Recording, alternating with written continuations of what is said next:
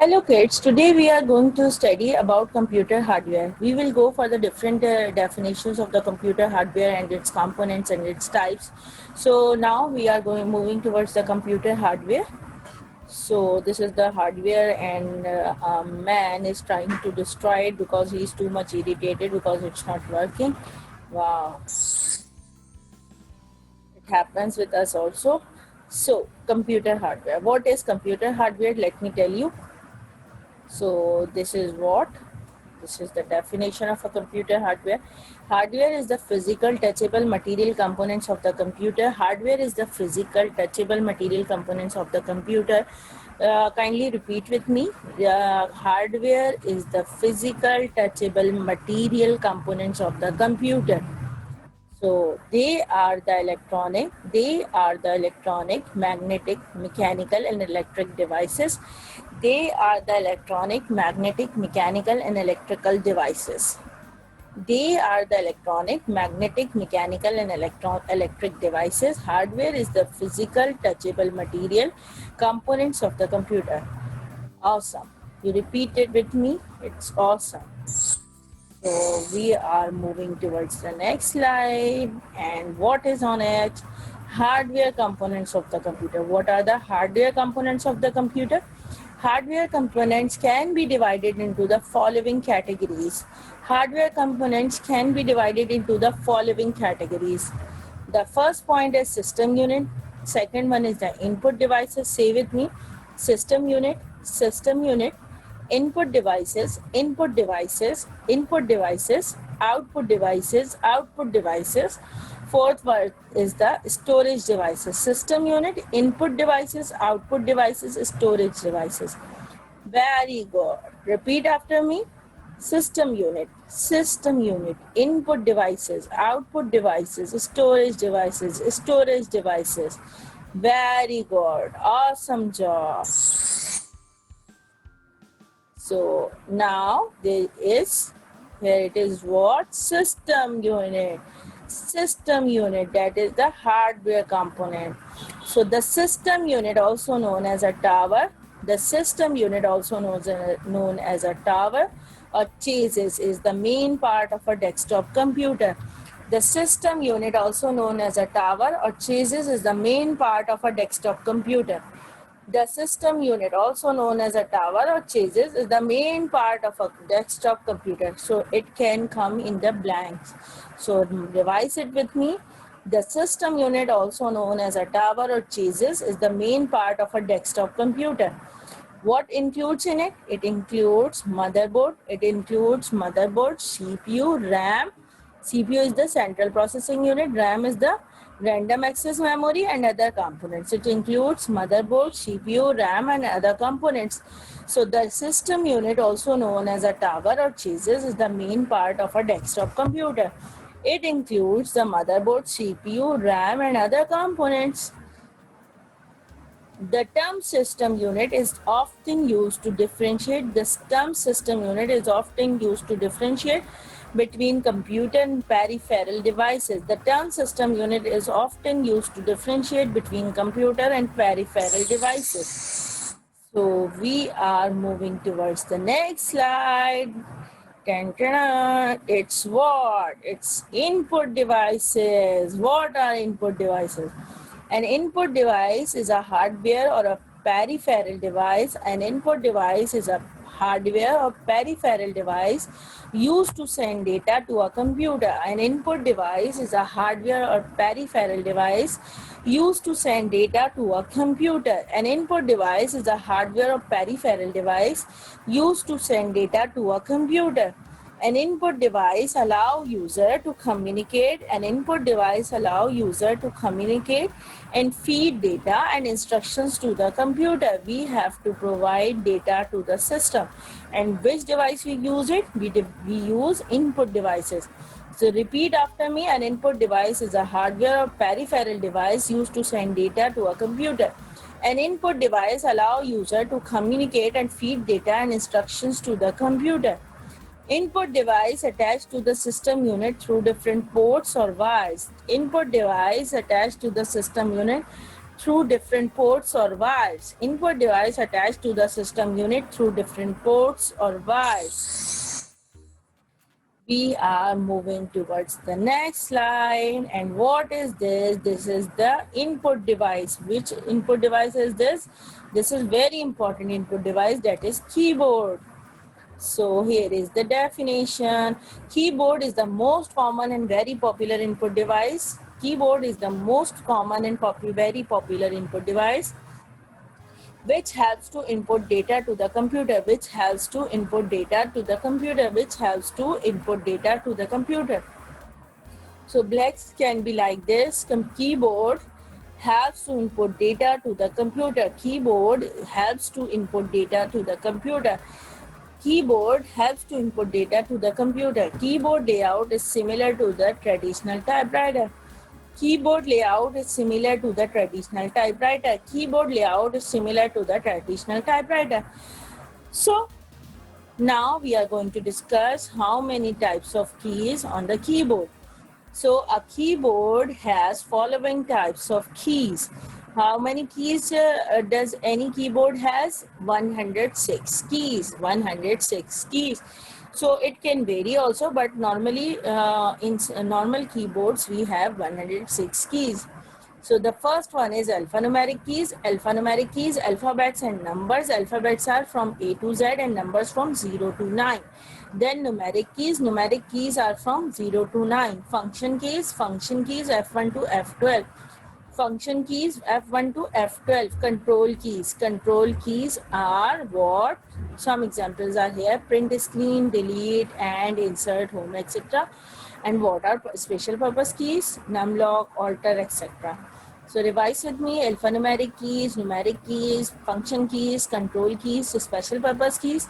So what are alphanumeric keys? The keys which are alphabets and numbers. Numeric keys from 0 to 9, function keys F1 to F12, control keys, print screen, delete, and insert, home, etc. Special purpose keys, numlock and alter. So we are moving towards the next slide and we are going to study mouse. It's a computer mouse. So mouse is the second most common and very popular pointing input device. Mouse is the second most common and very popular pointing input device which helps to control the position of cursor on the screen, which helps to control the position of cursor on the screen, which helps to control the position of cursor on the screen. Mouse is the second most common and very popular pointing input device which helps to control the position of cursor on the screen. So this is very happy mouse. So repeat after me: mouse is the second most common and very popular pointing input device which has to control the position of cursor on the screen. Oh, it's a nice bird. It's playing mouse. So next input device is joystick. Joystick is very important device. It's used for games. Joystick is popular input device which is used in playing games. Repeat after me: joystick is popular input device which is used in playing games. So now here is a boy playing with the joystick. He's playing games with the joystick. So we are moving towards the next slide. Scanner, that is very important input device. Scanner is an input device which is similar to photocopier machine. Scanner is an input device which is similar to photocopier machine. So it is used when some information is on paper and it is to be transferred to the computer. When it is used when some information is on paper and it is used to be transferred to the computer. It is to be transferred to the computer. It is used when some information is on paper and it is to be transferred to the computer. So we are moving towards the next slide. So now here we go on with the output device. An output device is any hardware device used to send data from a computer to another device or user. An output device is any hardware device used to send data from a computer to another device or user. An output device is any hardware device used to send data from a computer to another device or user. They receive the processed data. It means that output devices receive the processed data from the computer and transform it to human understandable form. They receive the processed data from the computer. Repeat after me. They receive the processed data. You can say output devices receive the processed data from the computer and transform it to human understandable form. Output devices attached to the system unit through different ports. And you can say wires. Output devices attached to the system unit through different ports. Wires. So now here, what are the types of output devices? Some important output devices are as follows.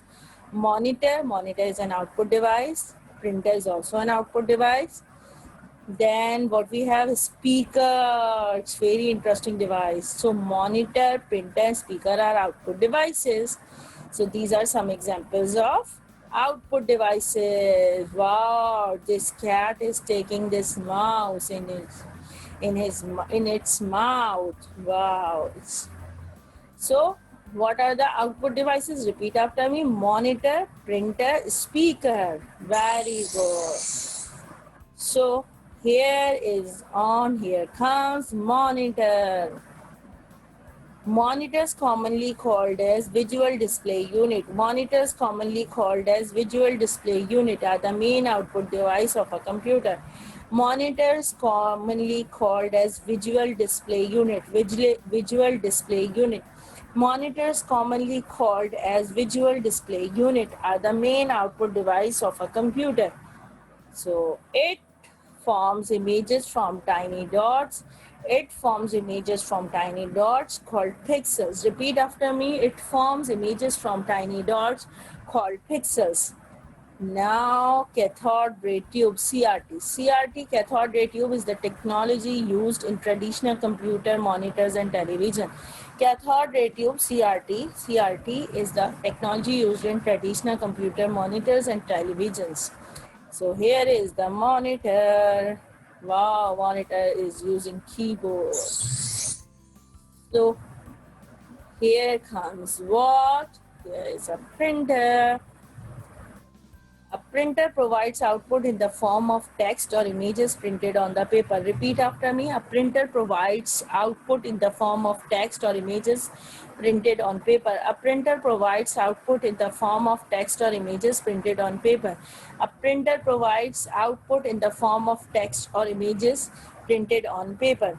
Then there is the output from a printer is called hard copy.